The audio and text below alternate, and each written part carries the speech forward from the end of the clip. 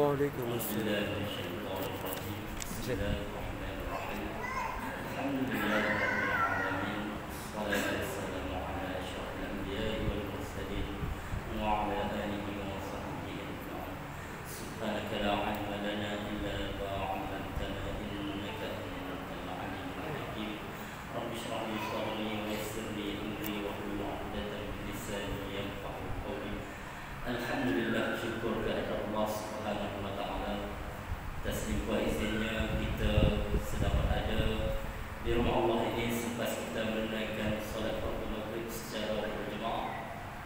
Kita meneruskan program masjid untuk pembacaan buku Islam dan Melayu untuk menambah ilmu pengetahuan kita, berkongsi maklumat dan ilmu yang kita ada.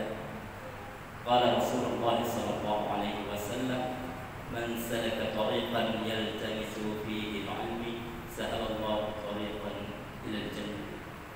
Siapa yang menempuh jalan untuk menuntut ilmu pengetahuan, maka Allah Subhanahu wa taala mempermudahkannya jalan ke syurga. Jadi kita sentiasa membaca kelebihan-kelebihan menuntut ilmu pengetahuan, dan semua hadis-hadis itu tidak menunjukkan usia, tidak mengisyaratkan usia, tak semestinya muda, budak nak pergi sekolah. Semua disebut secara umum, tua dan muda masih perlu menuntut ilmu pengetahuan. Jangan kata saya tua, otak dah berkarat, apa itu semua alasan-alasan ciptaan orang yang kurang prihatin. Sebab banyak nas-nas tidak pernah mengisyaratkan apa-apa usia, berapa jumlah umur untuk menuntut ilmu pengetahuan. Sebelum saya meneruskan bacaan buku ini, ada satu pengumuman. InsyaAllah pada malam esok masjid akan mengadakan majlis bacaan Yasin sempena peperiksaan SPM dan STPM. Pelajar-pelajar yang menduduki peperiksaan serta ibu bapa dan seluruh jemaah dijemput untuk sama-sama hadir bagi menjayakan majlis tersebut. Dan masjid juga berbesar hati menyediakan makanan secara bungkus selepas solat Isyak. Jadi insyaAllah kita sama-sama lebih-lebih lagi calon-calon peperiksaan untuk sama-sama hadir, berdoa supaya Allah membuka jalan, memberi kemudahan kepada mereka untuk menjawab peperiksaan. Kalau di masjid saya, budak-budak yang datang kena duduk depan. Yang nak jawab periksa dia, bukan kita. Dia yang betul baca lebih dan berdoa lebih. Jadi untuk bulan lepas kita tamat di topik kesalingan para ulama dan umarah dalam pembinaan negara. Dan hari ini kita sambung lagi sikit dalam topik memaknai kemerdekaan, pembebasan, pencerahan dan pemerkasaan. Dia rentetan daripada hujah penulis bahawa proses pengislaman keseluruhan ini terganggu dengan masa penjajahan yang begitu panjang. Jadi penjajahan daripada kuasa-kuasa luar ini mengganggu dalam tempoh yang cukup lama, ratusan tahun. Jadi antara pengisian yang sangat perlu selepas kita mencapai kemerdekaan ialah untuk memperkasakan semula Islam di kalangan kita.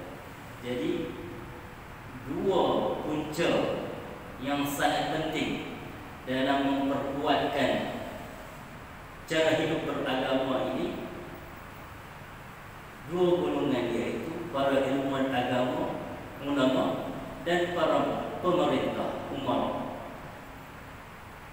Penulis mencatatkan untuk menjayakan misi besar pemerkasaan bangsa sesuai dengan amanat kemerdekaan dan tuntutan agama Islam, jelas memerlukan komitmen yang serius dan gemblengan kekuatan kolektif seluruh potensi kekuatan, terutama kekuatan Al-Quran wa Sultan. Al-Quran itu mengisyaratkan kepada para golongan ulama, ilmuwan agama. Sultan kekuasaan isyarat kepada para umara. Jadi gemblengan kekuatan agama dan kuasa ini memang berakar umbi dalam tradisi Islam. Rasulullah SAW setelah mendakwakan agama di akhir hayat baginda memegang kuasa. Seluruh khalifah-khalifah selepas itu memegang kuasa. Cara mendapatkan kuasa itu berbagai-bagai. Musyawarah, kita demokrasi, dinasti, puluh-puluh khalifah, dinasti. Dia tak tinggi suara dia secara dinasti. Pun ulama kita mengiktiraf juga itulah khalifah kita, sama ada Abbasiyah, Umayyah dulu, Abbasiyah, Utsmaniyah, dan ada lagi kerajaan-kerajaan kecil juga menjalankan pemerintahan secara dinasti. Jadi cara mendapatkan kuasa itu boleh bincang ikut kesesuaian, tetapi apabila mereka memegang kuasa, agama mereka kena uruskan dengan kuasa itu. Mereka kena mentadbir kuasa itu mengikut panduan keagamaan. Jadi dalam kaitan ini perlunya semangat kesalingan antara ulama dan umara, saling mempercayai, saling menghargai, saling mengakui peranan masing-masing. Dan satu masalah yang selalu berbangkit, bagaimana seharusnya para ulama menyikapi umara dan sebaliknya. Ulama ni nak pergi kepada pemerintah setakat mana, dan pemerintah pula nak melayani para ulama ni bagaimana. Sebab takutnya kesalingan. Kesalingan ni maknanya mutual, give and take. Jadi banyaklah pengalaman sepanjang sejarah agama kita.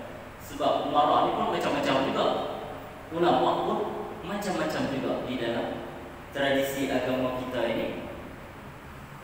Dan sejarah mencatatkan pelbagai bentuk eksperimen, dari yang paling keras kepada yang paling lembut. Yang paling keras berbentuk kombatif, maknanya perlawanan. Ada umara-umara itu jadi zalim. Ulama ini berjuang bagaimana, kombatif, bersenjata, sampai begitu sekali. Bukan lama, sekejap selepas kewafatan Rasulullah, memang Abdullah bin Zubair ini seorang ulama yang bukan sekadar ulama, sahabat yang diiktiraf sahabat yang kecil ketika Rasulullah wafat itu, antaranya Abdullah bin Abbas, Abdullah bin Zubair, Abdullah bin Umar, anak Umar Al-Khattab, anak Zubair bin Al-Awwam. Anak Abdullah bin Zubair ni mak dia Asma binti Abu Bakar, mak dia. Abdullah bin Umar ialah anak Umar Al-Khattab. Abdullah bin Abbas adalah sepupu Nabi. Jadi mereka adalah ulama di kalangan sahabat. Dan ketika Yazid berlaku peperangan di sesama umat, dan pada masa itu ulama mengambil pendekatan yang keras terhadap pemerintah. Itu contoh.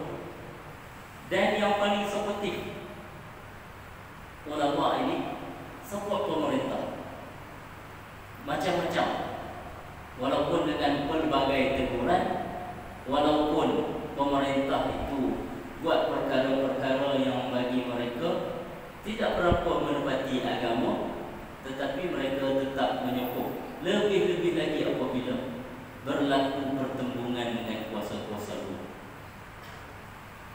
Sejarah mencatatkan Khalifah Al-Ma'mun ketika meminta rakyat mendermakan harta mereka untuk perbelanjaan jihad dan peperangan melawan musuh-musuh Islam.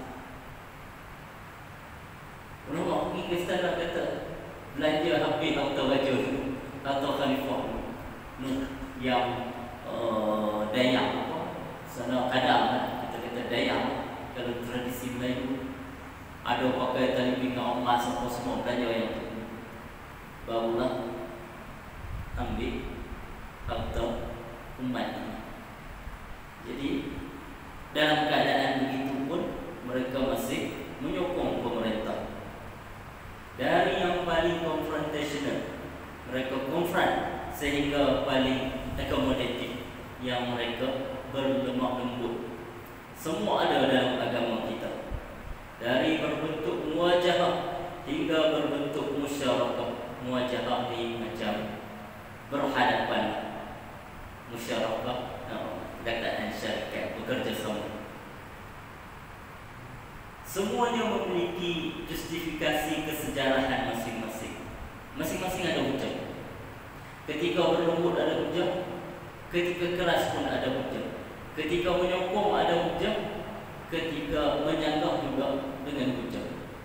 Jadi ulama dan pemerintah ini semua ada dalam sejarah agama kita. Jadi jangan pelik. Sekarang pun sama. Ada ulama tak pernah sokong, ada ulama yang sokong.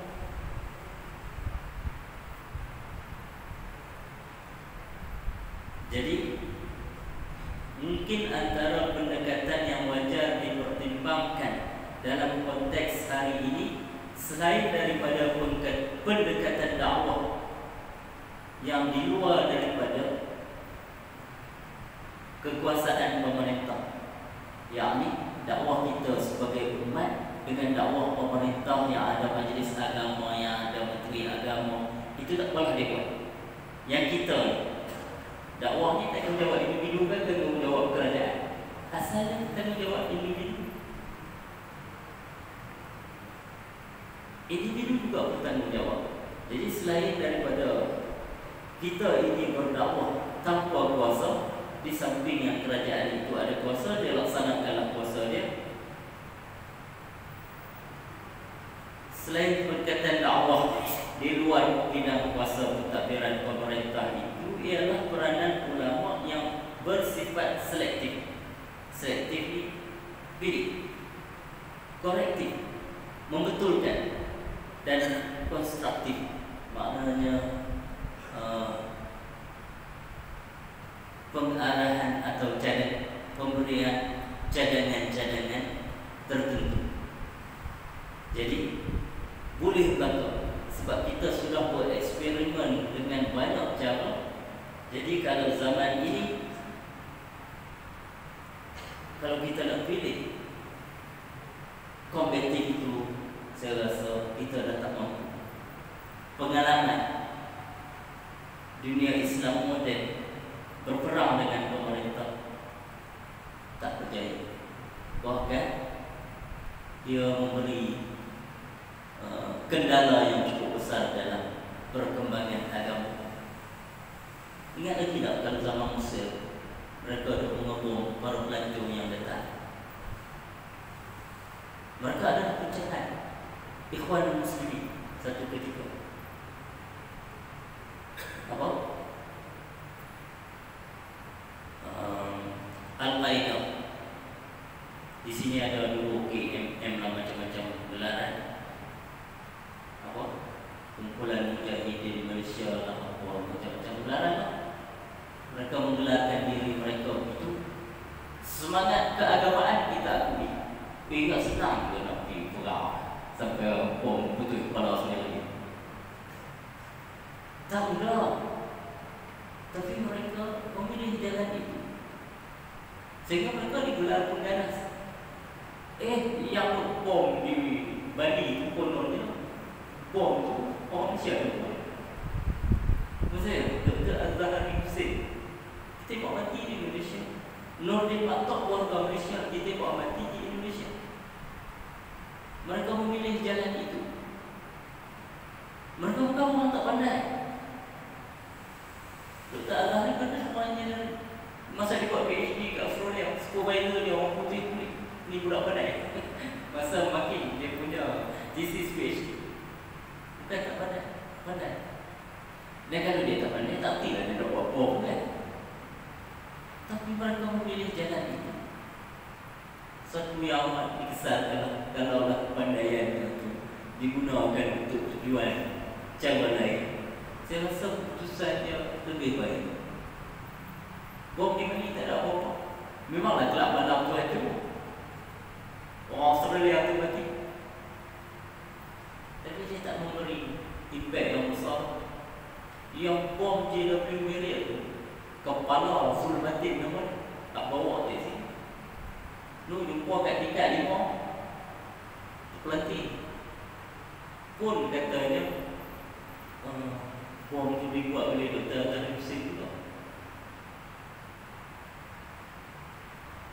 Yang mati supir warga Indonesia. Ya, JW Marriott memang paten milik mereka, tapi dia terletak di Jakarta yang pekerja-pekerjanya adalah orang macam kita, tapi di Indonesia. Yang mati itu beragama Islam. Mangsa pun yang buat pun Islam yang mati. Jadi itu saya kata, cara itu katanya saya letak dia. Tak boleh. Bahkan perbuatan mereka mengebom di negara umat Islam itu salah. Itu 100% salah. Kalau nak bom tu, kalau di Israel itu 100% betul. Kalau di negara kafir pun ada salah, ada betul. Tapi di negara Islam salah.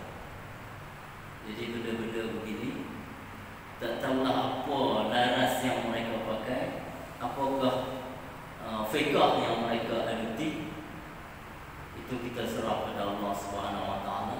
Semoga Allah mengampunkan mereka. Kena hukum hudud pun Nabi suruh sembahyang dan doa kat dia kan. Ini pun kita sembahyang dan doa kepada jenazah dia. Semoga dia diampunkan oleh Allah Subhanahu Wa Taala. Jadi balik kepada kita memilih bidang-bidang yang strategik. Ulama memilih bidang-bidang yang strategik untuk mereka memperbetulkan penyimpangan-penyimpangan jika ada yang dilakukan oleh pemerintah. Gunakanlah kebijaksanaan yang sesuai dengan kaedah-kaedah fiqh yang sentiasa berubah. Kaedahnya berubah. Kaedah kita bekerja sama tu berubah.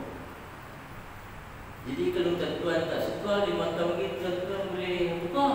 Kalau kita lah jenis demokrasi. Tapi sementara ada, selagi dia tidak menyeru kepada kekafiran secara nyata, dalam bab-bab kenegaraan kita kena taat juga. Saya selalu peringatkan kat pelajar saya, contohnya kamu tak sukalah mana-mana pemerintah pun, tapi kalau kita berperang dengan negara lain, dia adalah komander utama negara kita. Kita kena, dia adalah panglima utama negara kita untuk berperang. Contoh yang mudah, kalau kita berperang, dia suruh kita berperang, kita kena jadi lari daripada medan perang, dosa besar. Tengok kita Al-Kabair, lari pada medan perang, semua dicatatkan dosa besar. Itu yang kita selektif.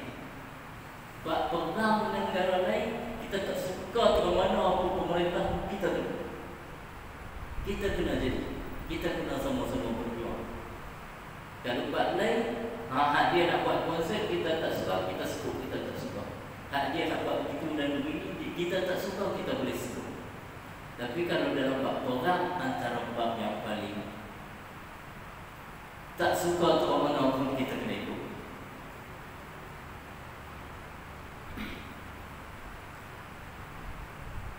Walau apapun pendekatan yang diambil, yang penting ulama harus mencapai tahap kompetensi yang diperlukan.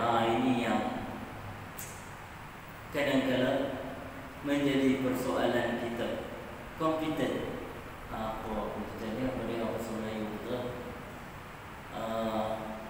Maknanya minimum standard kebolehan para ulama itu, kompetensi yang diperlukan agar mereka dapat menyumbang, memberikan input yang relevan dan bererti. Jadi ulama ni paling senang, kena betul-betul ulama. Maknanya ulama zaman ini ni selain mengetahui pengetahuan agama Islam, dia perlu juga peduli tentang urusan pentadbiran negara, perubahan-perubahan yang berlaku dalam negara. Saya masih ingat dulu ada ulama mempertikaikan tabung haji. Tuk-tuk kenapa? Dia kata tabung haji bagi bunga haram dalam Islam. Pasal tak permenkan Islam ini antara proses Islamisasi terakhir kita bangunkan di dalam negara. Maka mana ada? Bank Islam tak ada. Bank Islam tak ada satu. Jadi tuan-tuan dulu boleh rumah pakai pinjaman riba. Riba besar, dosa besar. Tak percaya kita tengok kita. Semua dosa besar riba. Yuharibun Allah wa Rasulah, memerangi Allah dan Rasulnya, pemakan riba. Di akhirat nanti Quran gambarkan macam mana? Pemakan riba tidak boleh berdiri dengan betul di hadapan Tuhan. Mereka berdiri seperti manusia kerasukan setan. Pemakan riba ni dosa besar. Kita tak akan mampu berdiri di depan Tuhan seperti manusia yang malas.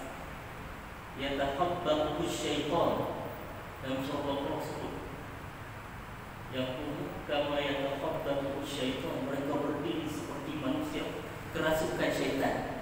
Ini dosa pemakan riba. Allah suruh bagi-bagi harta-harta yang riba kita ambil daripada orang ni. Siapa yang tak mau bagi, dia mengisytiharkan perang kepada Allah dan Rasul ni. Isytihar perang juga, takkanlah kita zaman Nabi ke Nabi hidup lagi kita cabut pedang bila orang Nabi. Ya, itulah kot. Dan nak perang juga ni kan, perang senjata.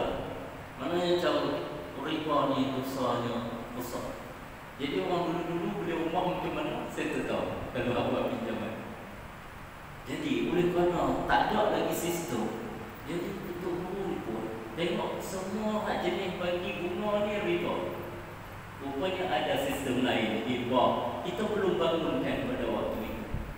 Jadi orang yang membangunkan sistem perbankan Islam ini telah menyelamatkan umat Islam di Malaysia ini daripada dosa yang sungguh besar. Jadi semoga Allah kurniakan sebesar-besar pahala kepada mereka. Sebab kita buat amalan dapat pahala. Menahan diri daripada membuat dosa itu juga dapat pahala. Jangan kata kita berjalan main masjid ni saja, kita menahan diri daripada ambil barang-barang walaupun orang mudah tinggal. Tak apa. Sebagaimana kan kita ambil, kita dapat dosa, kita dapat menahan diri, kita dapat pahala. Jadi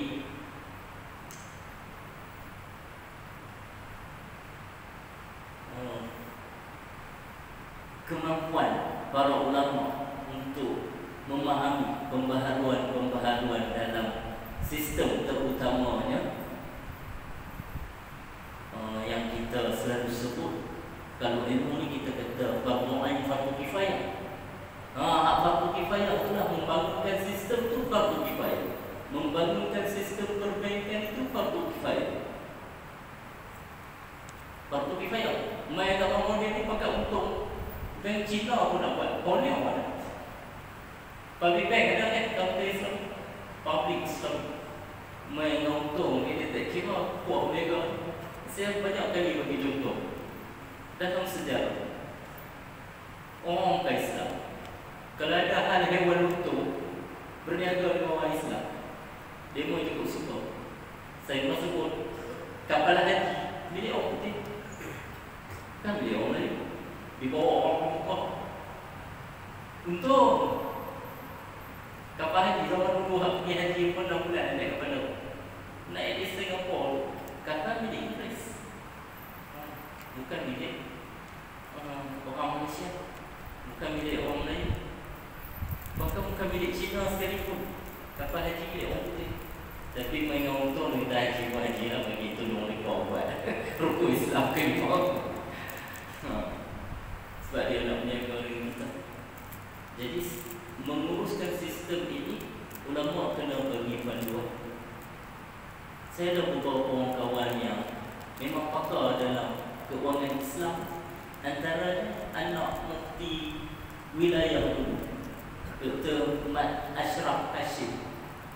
Ashraf Hashim Yahya, mufti wilayah dulu Hashim Yahya. Anak dia. Dia adalah anak seorang. Anak dia seorang. Lepas tu dia pula anak angkat seorang. Anak angkat tu anak saudara. Anak angkat dia tu sebelah dengan saya. Yang atas lagi tu kira apa? Orang pihak ni kalau penasihat keuangan Islam dan negara itu, Dr. Jamika Kim Burhan, dia memang tu gajah apa? Mungkin tak? Tapi almarhum dah. Seorang ni ketua pemuda umum Ashraf Hujri. Oh, ni pandai keuangan Islam. Itu first class kawan saya. Itu dia kalau masa umur dia awal 30-an, dia duduk di Isra, grade dia dah 54, dia kerja kerajaan 30-an, 54-an dia umur. Siapa kerja kerajaan tahu. Kalau awal 30-an boleh pegang grade. Kalau di universiti tu prof dia, lepas tu dia naik grade besar di Isra. Isra ni badan keuangan Islam negara kita, badan kajian keuangan Islam. Jadi ulama kena memahami itu. Ramai buku saya jadi penasihat Suruhanjaya Security Post dalam keuangan Islam. Saya tahu sebut tajuk keuangan Islam, saya tahu sebut tajuk. Yang basic saya tahu. Yang amalan di bank-bank itu saya tertinggal. Jadi selain daripada penulis memperingatkan sebagai ulama, mereka memang perlu mengangkat kuat dalam ilmu-ilmu turas, ilmu-ilmu warisan, ilmu turas. Saya ingat ni apa Dr. Zulkifli Al-Bakri, bekas Menteri Agama kita, ketika beliau jadi mufti wilayah, dia buat pondok pengajian kitab-kitab turas. Satu kitab-kitab turas sehari daripada kitab hadis, satu kitab-kitab turas hadis.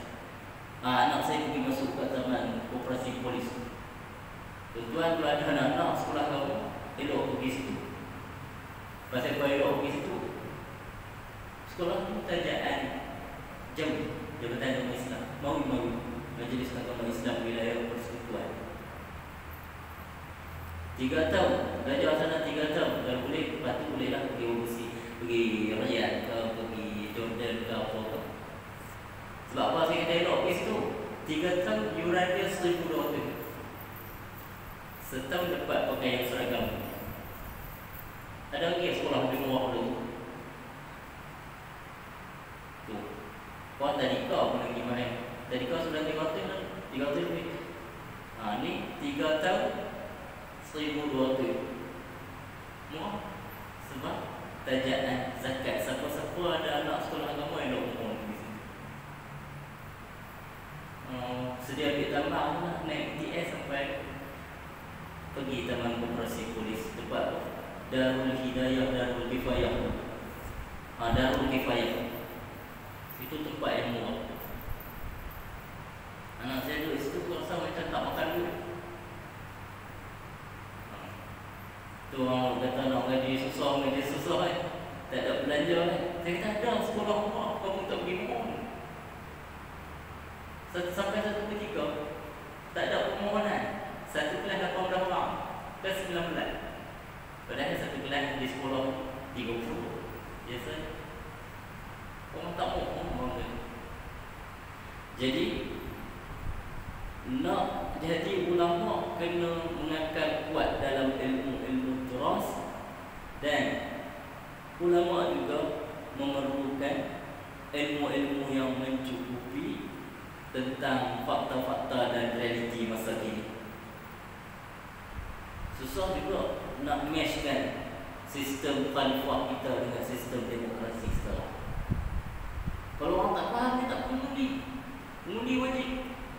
Walaupun asalnya fardu kifayah urusan memilih pemimpin ni fardu kifayah, tetapi apabila dibuka sedemikian rupa,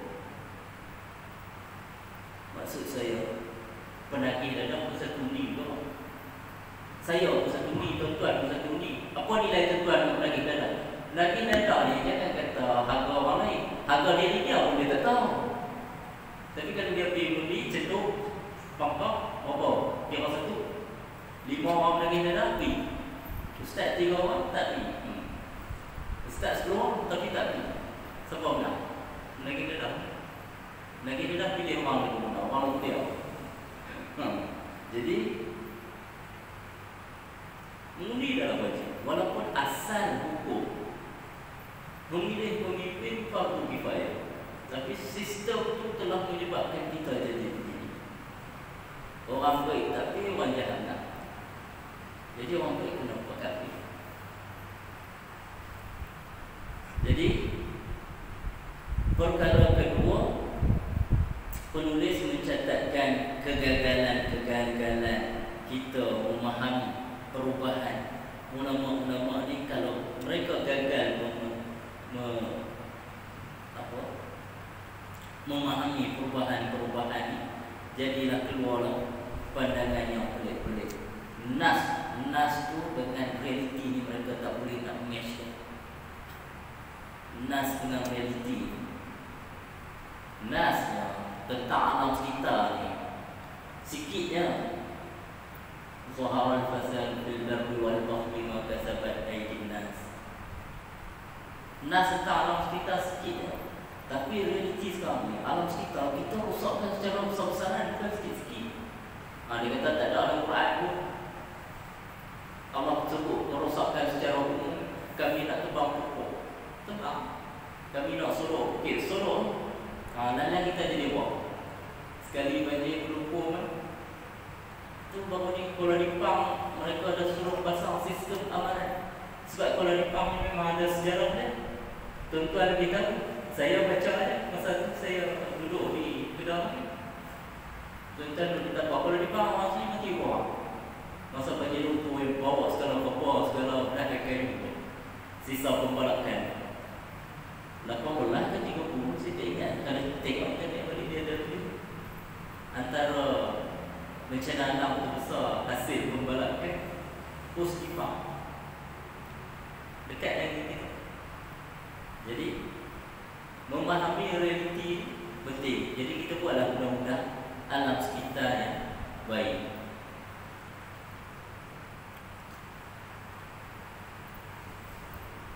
Kegagalan memahami kedua-duanya, yakni nas dan waqi', nas dan realiti, akan mengakibatkan berlaku fenomena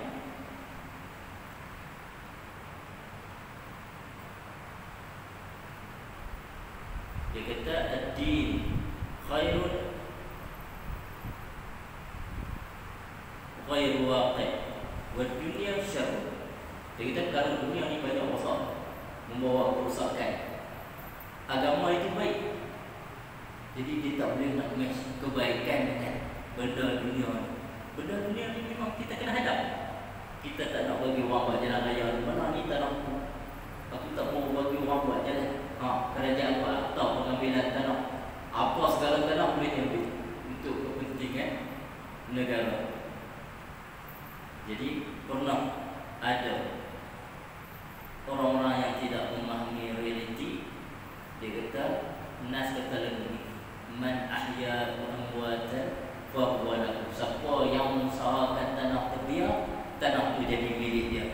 Cuba pergi buat lagi.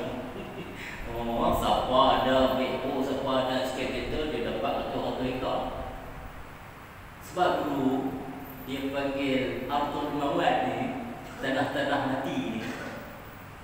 Seluruh negara ni hanya orang tahu soal tu kita boleh pergi soal kan. Boleh pergi baca ni sikit dua sikit. Lah ni tak boleh. Nas dia man ahya amwatan fa lahu, dia kata nanti kata siapa yang mengusahkan tanah tepi, tanah tu jadi milik dia. Oh, realiti lah ni. Pergi pejabat tanah. Pergi mohon. Tak tahu lah macam mana proses mohon. Dia adalah banyak agak proses. Tu kata realiti. Nas memang mudah. Siapa usahakan jadi milik dia. Tama-tama orang usaha kadang tak ada lagi pergi baca. Kita pergi mohon jadi milik kita. Mohon buat begitu tak boleh. Jadi kita kena memahami realiti semasa. Yang tanah tu mudah sikit faham. Oh, kalau saya bawa BO 4 hari. Duit satu ekor. Sodok keliling kan. Lepas tu pergi lah baca apa-apa, batang-batang ubi ke, batang-batang tebu ke. Jadilah kebun ubi ke, kebun tebu ke. Fahuwa lahu, jadi milik dia. Jadi kena fahami realiti hari ini. Pentadbiran tanah ni tidak seperti dulu lagi. Itu orang kata yang memahami wakil secara tepat ni Sayyidina Umar, ketika beliau tidak lagi membahagi-bahagikan harta rampasan perang yang berbentuk hartanah kepada tentera Islam. Sebaliknya, dia teruskan pemilikan kepada pemilik asal, orang yang ditawan itu, dan dia bikin cukai. Cukai dia tinggi sekitar sebab mereka golongan tertawan. Jadi, sumber cukai itu jadi sumber negara dan tentera tadi dibayar gaji. Kalau dulu toh-toh kalau dia bagi ke askar, maka ada butik kurma tak pergi perang. Tak tahu macam mana dia fikir masa tu kan. Jadi yang berbentuk hartanah dia tak bagi dah. Walaupun satu ketika mereka pernah diberi. Orang-orang tentera-tentera Islam pernah diberi. Tapi main zaman Sayyidina Umar, satu sebab banyak, satu sebab ada lain. Sebab terlalu banyak askar ni, asyik dapat je lah, orang lain tak dapat ni. Jadi dia berhentikan amalan itu. Jadi hadis-hadis tentang ulama dan umara ini yang dapat membawa kebaikan kepada umat mensyaratkan kedua-duanya, yakni ulama dan umara itu harus baik. Itu penting. Sebab ada juga dalam sejarah kita kenali ulama semua, ulama jahat. Tradisi ini pernah berlaku dalam agama Yahudi. Ulama mereka bertukar menjadi setan. Menjadi macam mana? Ayat tak kenal dia ditutup. Ayat kenal dia dibaca. Afatu'minuna bi ba'dil kitab wa takfuruna bi ba'd. Ini golongan apa ni? Hak dia tak suka ditutup. Sampai satu ketika Nabi suruh umat Islam yang cerdik-cerdik ni pergi belajar bahasa Yahudi. Sebab nak tahu penipuan-penipuan buah ni yang tak baca kitab yang kena ke dia. Dia beriman dengan separuh, dia kufur lagi separuh. Ini amalan ulama-ulama Yahudi. Sebelum kita sudah ada, semasa kita pun ada. Ada hadis tentang ulama suku. Jadi mereka ini jahat, oportunis. Oportunis ni suka mengambil kesempatan. Tukang dia tukang cari dalil. Bos dia buat apa, dia tukang cari dalil. Itu kira paling teruk. Itu saya tak suka orang baca ayat apa?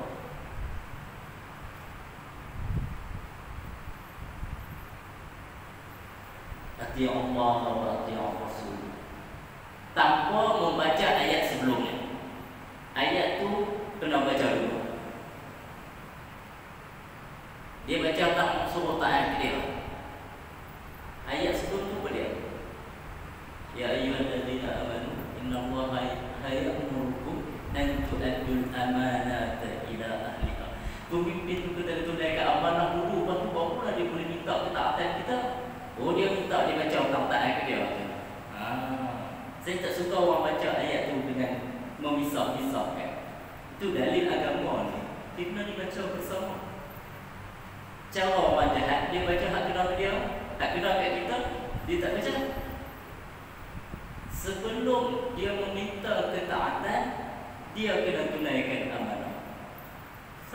Kita pun sama. Patutnya kita kalau di pejabat kita buat kerja, lupa ambil gaji kan. Kerja mula, gaji tak cukup, maka kena potong gaji bawah. Sama. Kerja pukul 10, tak mau buat kerja, pukul 9 baru nak main. Lepas tu gaji nak penuh. Sikit kerajaan jenis tak potong gaji. Kalau saya kerajaan jenis potong gaji, saya rasa ada gaji habis dia potong. Dia compare pukul 11, pakai rumah balik dia lah. Jadi ada beberapa ayat lagi di dalam Al-Quran yang memberi panduan ketika kita menghadapi pemerintah yang tidak begitu mesra dengan Islam. Boleh juga. Boleh. Ulama masih boleh berperanan dan wajib berperanan. Apa dia? Yastami'una al-qawla wa yattabi'una ahsana. Alladzina yastami'una al-qawla, ayat surah Az-Zumar ayat ke-18. Jadi orang yang mendengar qawla ni macam-macam qaul. Orang tu kata lagu ni wa yattabi'una ahsana. Itu pun orang buat doa menjadikan kita ni golongan yang mendengar macam-macam kita dengar dan wa yattabi'una ahsana. Jadi sampai kita kepada kesimpulan, berdasarkan perbincangan di atas dapat disimpulkan bahawa misi kemerdekaan, agenda pemerkasaan bangsa bukan tugas eksklusif atau tugas-tugas khas kepada mana-mana pihak. Dia adalah tugas kolektif umat, ulama dan pemerintah. Semua ada peranan masing-masing. Dan ini harus dirancang dan difikirkan bersama dengan kaedah dialog dan sebagainya. Dan amalan-amalan ini akan memaskinikan ilmu dan meningkatkan tahap kompetensi masing-masing. Kita pun ilmu meningkat, para ulama pun lebih memahami realiti, dan para umara pun akan mendapat petunjuk. Dan para umara diseru lebih terbuka dan positif terhadap ulama dengan menyikapi mereka sebagai partner atau rakan, bukan sebagai musuh. Sebenarnya ulama adalah rakan kongsi perjuangan parti-parti pemerintah-pemerintah. Dulu ulama parti UMNO ada apa? Biro Agama. Baru-baru ni dia cadangkan adanya majlis ulama di sini. Dia ada tu kata bahawa sedang ulama ni partner rakyat. Kalau dulu pas ada Dewan Ulama, UMNO pun dah tubuhkan itulah badan ulama dia sendiri. Jadi ulama ni rakan kepada pemerintah. Mana-mana parti naik pun dia perlu petunjuk para ulama. Jadi kita jangan sampingkan agamawan kita. Mereka adalah petunjuk, pemberi petunjuk kepada kita selepas ketiadaan Nabi dan para sahabat. Wallahu